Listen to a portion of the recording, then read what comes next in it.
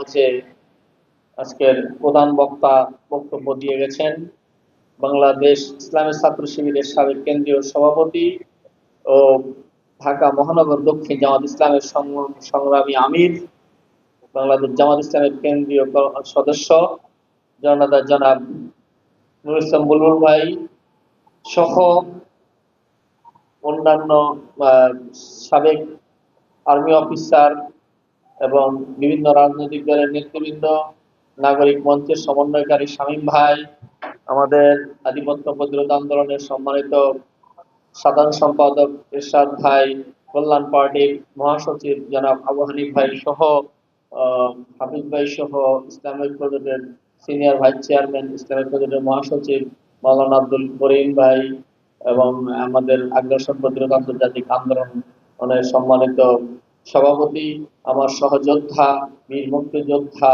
মাওলানা শওকত আমিন এবং এখানে উপস্থিত আছেন বাংলাদেশ মুসলিম সমাজের মহানগর দক্ষিণের সংগ্রামী আহ্বায়ক জনাব ইসমাইল ভাই, যিনি একাধারে একজন সাংবাদিক ব্যক্তিত্ব, দৈনিক মুক্ত খবরের যিনি সাংবাদিকতায় আছেন, সেই সাথে উপস্থিত সবার প্রতি রইল আমার সালাম। আসসালামু আলাইকুম ওয়া রাহমাতুল্লাহি ওয়া বারাকাতুহু।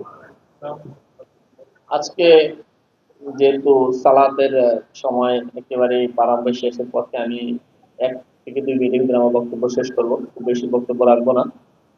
বক্তব্য একটাই, এই যে 2009 সালের 25শে ফেব্রুয়ারির আজকের দিনে যে বিডিআর ম্যাসাকার বা আমরা যেটাকে আজকে শহীদ সেনা হত্যা দিবস ঘোষণা করলাম, এই সেনা হত্যার পিছনে দায়ী কে? এটা হলো আজকে বড় প্রশ্ন। আজকে এমন একটি গেম খেলানো হয়েছে যেখানে আমাদের ভাইদেরকে দিয়ে, আমাদের বিডিআর জওয়ানদেরকে দিয়ে আমাদের সেনা অফিসারদেরকে হত্যা করার একটি পরিকল্পনা ছিল। সেখানে মূল হত্যাকারী ছিল ওই ভারতীয় গোয়েন্দা সংস্থার এজেন্টরা, এই আওয়ামী লীগের যারা এই তাদের দোসর, ভারতের দোসর আওয়ামী লীগের নেতা কর্মী, তারাই। সেদিন পিলখানায় কি ঘটেছিল? সেদিন এই যে নানক, তারপরে তাপস, তারা পিলখানা যাওয়ার মূল কারণটা কি ছিল? মূল কারণটা ছিল এটাই যে হত্যাকাণ্ড ঘটানো হবে এই চৌকস সেনা অফিসার, যারা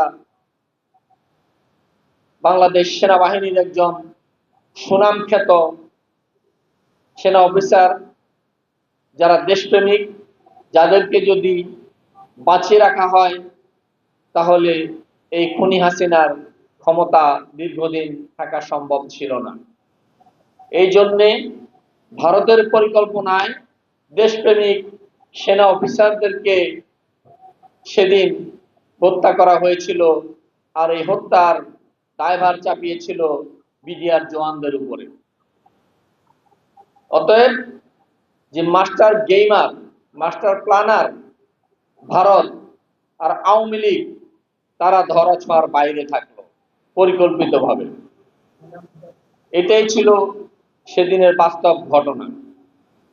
এখন আমার বক্তব্য হলো এটাই যে যারা প্রকৃত দোষী সেনা হত্যার, তাদেরকে বিচারের কাঠগড়ায় দাঁড় করাতে হবে।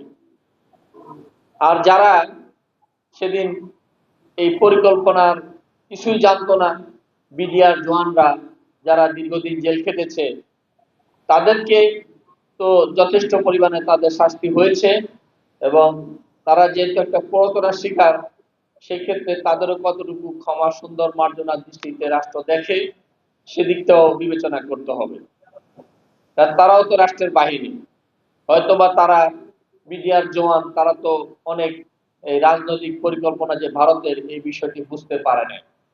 এই পরিকল্পনা সেম 71 সালের পরিকল্পনা।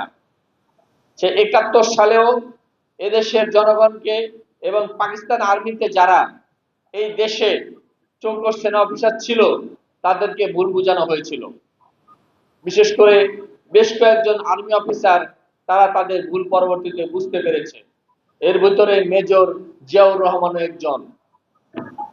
তিনি যখন পাকিস্তান আর্মিতে বিদ্রোহ করে বাংলাদেশে মানে পূর্ব পাকিস্তানে চলে আসেন, তিনি বুঝতে পারেন নাই যে এই যুদ্ধটা যে চাপানো হচ্ছে এটা ভারতের পরিকল্পনায়। যখন এখানে তিনি স্বাধীনতা ঘোষণা দেওয়ার পরে যখন বুঝতে পেরেছেন যে না, এটি এই ভারতের পরিকল্পনায় যুদ্ধ এবং শেখ মুজিব হলো ভারতের এজেন্ট, তখন তাদের পরিকল্পনা ভিন্ন হয়ে যায়। এটা মেজর ডালিমের বক্তব্যে স্পষ্ট প্রমাণিত হয়েছে।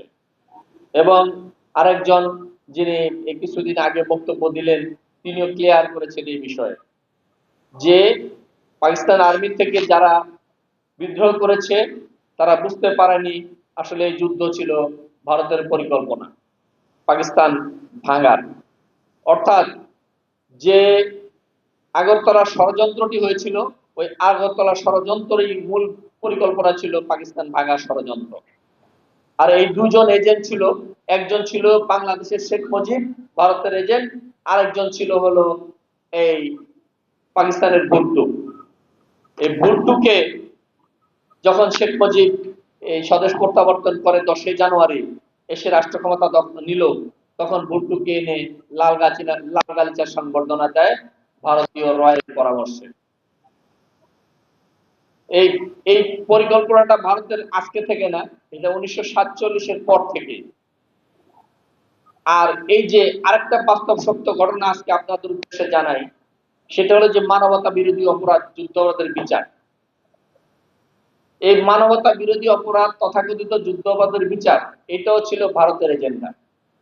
আর শেখ হাসিনাকে